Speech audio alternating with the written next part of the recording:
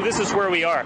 I've given conferences for ages, and we'll usually expect some protesters, they'll do silly string or something like that. We've entered this new world where the leftist protesters, no, I'm not a neo-Nazi. You like black people? Well, why do sure. Why do so many neo-Nazis love you if you're not a neo-Nazi? Neo-Nazis don't love me, they kind of hate me, actually. Following the KKK, neo-Nazi. Those people don't like me, Are you to be like honest. the hipster version of the neo-Nazi movement? It's Pepe's become kind of a symbol.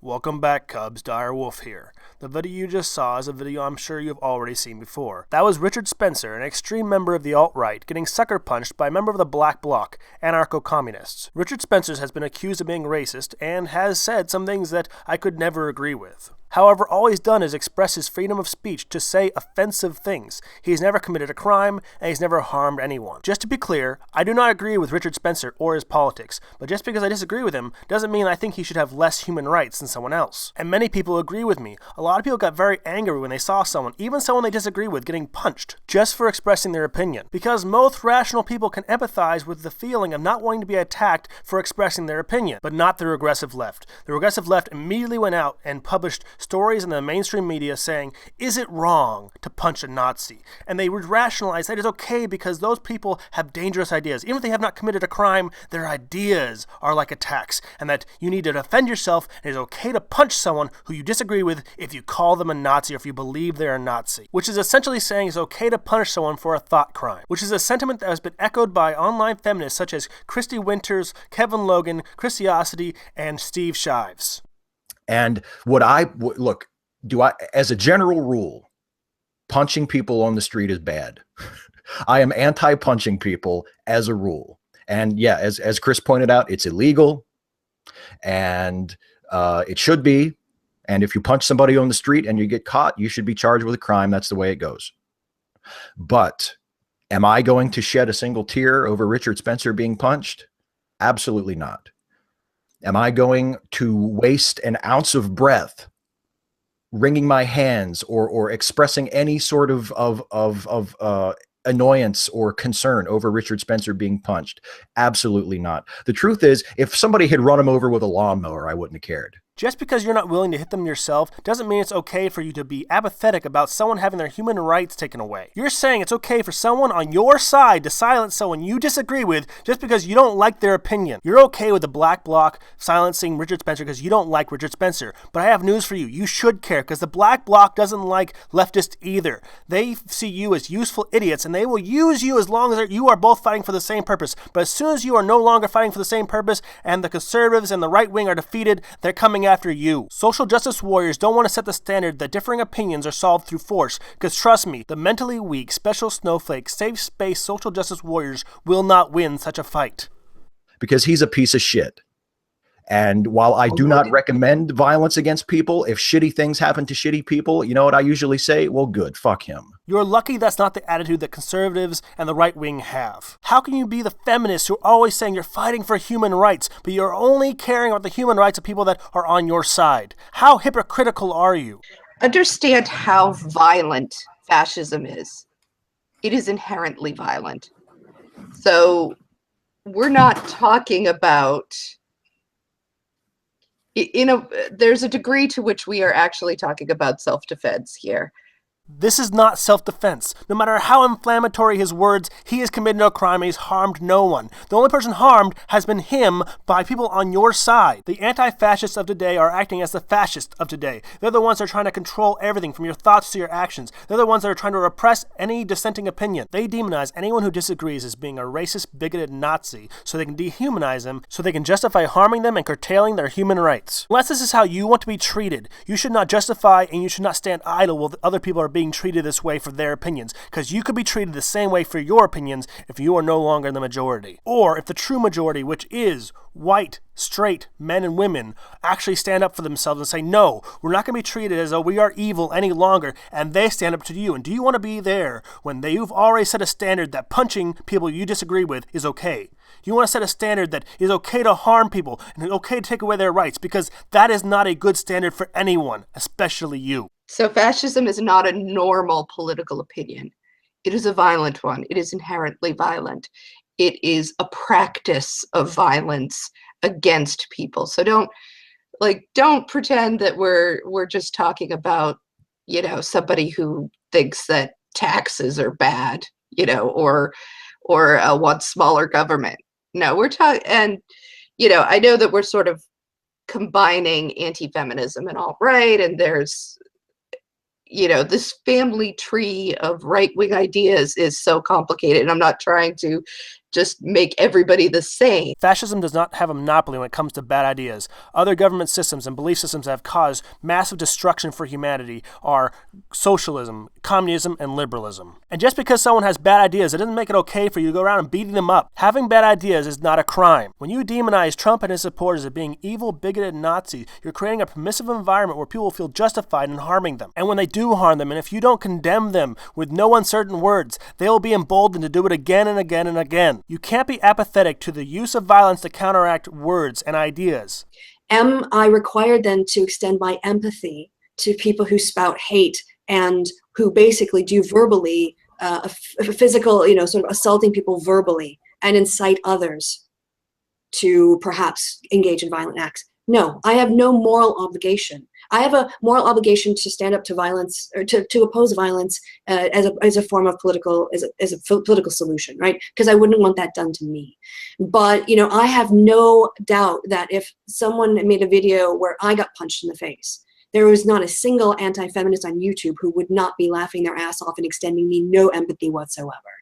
That's where you're wrong, Chrissy. And I'm not surprised you don't have empathy for your opposition, but I do. And it's something that I've had and I've preached to my cubs for the longest time. I don't want anyone to meet words with violence. Words are to be met with words. It's something that I have said repeatedly in my comment section. In response to Black Hitler, who is just as bad, if not far worse than Richard Spencer, one of my cubs expressed very understandable anger. But I advise them with the same words that I internalize and that I believe, is that you fight words with words and you fight violence with violence. And yes, when it comes to violence, I believe in overwhelming force, because when it comes to violence, your life is on the line. But if you're only fighting words, you do not go to violence. That is morally unacceptable, because they have not presented themselves as a credible, dangerous threat to your life. Just like I tell my cubs not to resort to violence when fighting ideas, you should be stopping people on your side. You should be calling out people on your side who are resorting to violence because they've already lost the intellectual argument.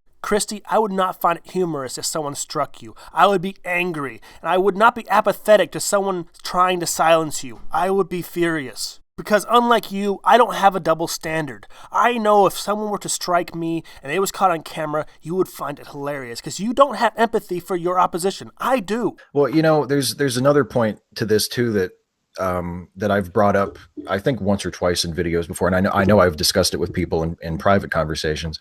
I think a lot of people on what I guess we could call the other side of this, the sort of anti-feminist, anti-social justice, pro-Nazi, which I think we have to say now, pro-Nazi side, or at least a Nazi water-carrying, Nazi apologist side. The people who are just so broke up about seeing a Nazi get punched. If they're not Nazis, they do seem awfully fond of being friendly with them. Yes, not a neo-Nazi, but an incredible simulation. Yeah. And I think with a lot of them, both the ones who actually have YouTube channels with large audiences and the ones who are followers of those, there's a vibe among a lot of them that this is all just like a game. They're just doing this for fun.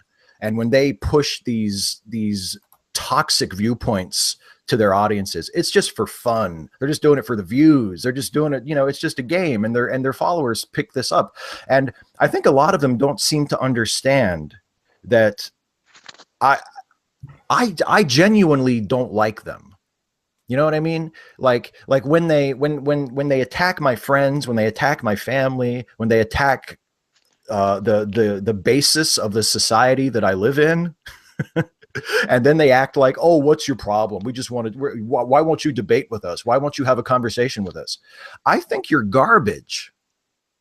I think you're garbage. If I saw you in the street, I would turn around and walk away from you. I would not engage you in conversation. Your opinion is irrelevant to me. I don't respect you. I don't owe you a second of my time. you're a piece of fucking garbage.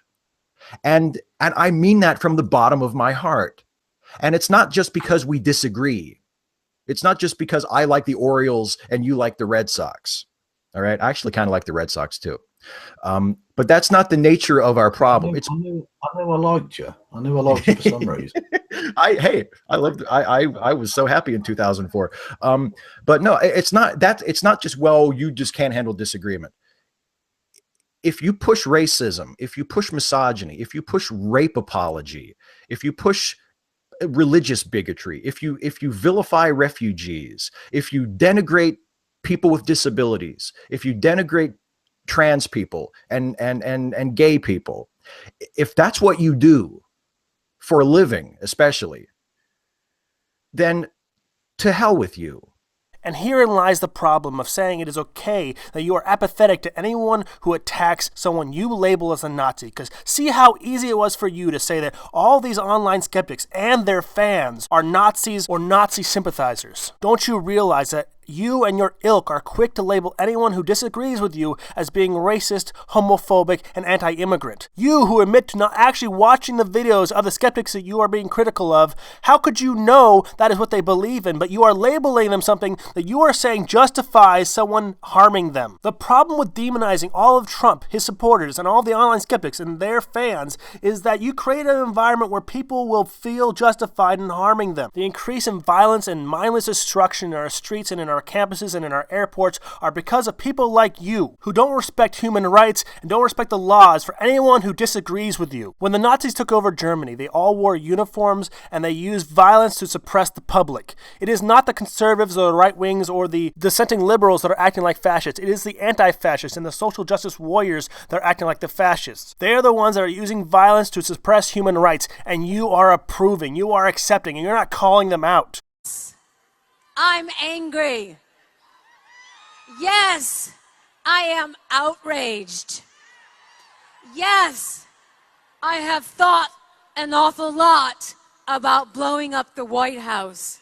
Far from feminists calling for peace and the stopping of hostilities. No, they're actually calling for more violence. Never has it been more clear that feminism is not a movement for equality, but it is an inherently violent, cultural, Marxist movement bent on female superiority. This should be no surprise. Feminism has been violent for a very long time. This footage is from 2013, where there are some Christians who are linking arms and protecting a cathedral from being vandalized by a feminist march. And look what these hideous, evil women are doing to these men, spraying paint in their eyes, spitting in their face, hitting them. And remarkably, these men showed great restraint by not responding and just taking the hits. But this is an example of how hateful and how violent feminism is. This is a movement that's been growing more and more violent thanks to people like Steve Shives and Christy Winters, who are so apathetic to the violence of their own movement.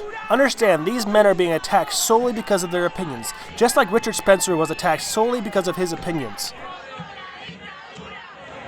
And in present day, how can you claim to be a movement that fights for the human rights of women when you exclude women from your marches that disagree with you, or when you remain silent when women who voted for Trump and whose only crime was disagreeing with you are routinely assaulted by members of your own movement? You are the one with the double standard. You don't have any compassion for their suffering because you have demonized them and you see them as being less than human. This is what happens when you are apathetic to the suffering of others. You feminists and social justice warriors belong to a violent ideology that ironically labels other people you disagree with as being part of violent ideologies to justify you harming them and you silencing them. When we vehemently disagree with you, you say we are assaulting you with our words, when you and your movement are actually assaulting people with your hands. You are the ones that are knocking people unconscious in the streets and rioting and destroying property. It is not the conservatives, not the right wing, it is not the disenchanted liberals. It is the social justice warriors and the radical left. This is what happens when you justify violence as a political means.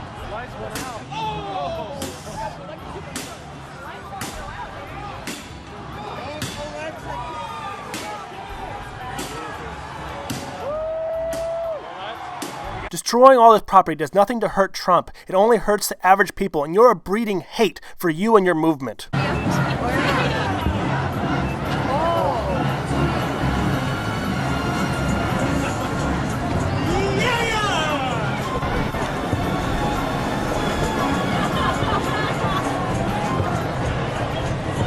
Wow, every color.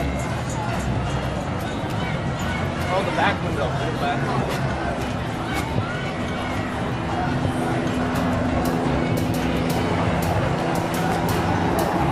They are destroying people's livelihoods. These people have not only no compassion for people they disagree with, but they have no passion for random strangers. This movement is not about freedom or human rights. It is a bunch of thugs just destroying property and being violent. That is not a man with whom you can have a reasoned conversation. That is not a man with whom you can negotiate some sort of halfway ground. That is a fascist piece of shit that means harm to people, to innocent people. And so if occasionally you have to clump one of them around the fucking head to make them know that they're not going to be unopposed, frankly, not only am I not going to lose any sleep over it, I put it on my fucking channel because I think it needs to be shown to the world that these people are not going to be unopposed. We've seen, show me in the history books where Hitler was defeated by an online petition and I'll change my view. Occasionally, if one of them gets knocked down, I'm not going to cry any salt tears for them because, frankly, I think the civilized world is a better place for occasionally being uncivilized to the uncivilized. So you're saying it's okay to act like animals and assault people that you think are being uncivilized or who you disagree with. That is the attitude that has created all this civil unrest and all the violence that we've seen in the last year. And people like Kevin Logan are permissive of it. And their ideas have created this problem. Their ideas have been dangerous, but I don't call for violence against people like Kevin Logan or Christy Winters. I fight them with my words. I do call for violence against those who are violent. In a world where people do go on YouTube, make a manifesto video, and then go and shoot people, misogynists go out and just shoot people. Oh, but was this a credible threat? How the fuck would I know? I'll know when I'm bleeding to death from the bullet wounds. So no, that's not it. That's not an acceptable question. Threats are wrong. You can't do them. They're always credible to some degree or another. As bad of a person that Richard Spencer may be, he has never directly threatened someone's life, which would have been a crime. What he has said is no different than what Ghazi has said. It's no different than when feminists say, die cis scum. It's no different than when feminists say they want to drink male tears. It is literally no different than a professor saying they prefer white genocide. Were those credible threats? Are you advocating that it would be okay with you? You'd be apathetic if someone went and punched Ghazi and punched feminists who had tweeted out, die cis scum? I don't think so. You have a double standard. Again, we have to draw a distinction between, and Christy touched on this earlier, between advocating for violence and not giving a shit if horrible people have horrible things happen to them. Like I would not encourage people, just me personally, I would not encourage people to go out into the streets and start punching Nazis. Punching people is illegal and it should be. But at the same time, if I open my newspaper and I read Nazi got punched last night, I'm going to say, oh, good. You know, that's what I'm going to say, because fuck him. If I read the newspaper next week and the story is, oh, Richard Spencer is afraid to leave his house because every time he steps out his front door, somebody punches him, I'm going to say, good. Fuck him. He's not innocent. It's not about disagreement. It's about you pushing harmful, toxic, in some cases, violent bullshit to people and then expecting to be respected by people who don't buy your bullshit. And if that's the demand you are making, my answer to you is fuck you, go to hell. You're not my friend, you're my enemy, and if you don't think I'm your enemy, you should. You are my political enemy. So I don't wish any harm to come to you until you harm someone else. The moral of the story is that the online feminists such as Christy Winters, Chrisiousity, Steve Shives, and Kevin Logan believe in a violent ideology that is feminism and social justice. And even if they don't directly advocate violence, their apathy for the members of their own movement that are being violent provides a permissive environment for them to be violent. And as Kevin Logan and Steve Shives said, they enjoy when someone they disagree with is silenced. How sick in the head is that? And as all of them said, each one of them said, they do not have empathy for someone who has a different opinion than themselves. When you disagree with them, they label you as evil. And once they have labeled you as evil, they do not care what you have to say, and they don't care about you or your human rights. These are the people who are dividing the nation. These are the people who are breeding hate in our society. It is hate that is leading to the violence you see in our streets. And that hate is not coming from the right, it is coming from the regressive left. In the eyes of history, you will not be seen as virtuous martyrs, but evil aggressors. You will not be seen as tolerant, you'll be seen as hateful. It will be written in history books that your movement was a moment of insanity in an otherwise rational nation. And like the Nazis, your movement will serve as an example of the depths of depravity that man is capable of. But in the end, you will lose. And freedom and human decency will win. Direwolf out.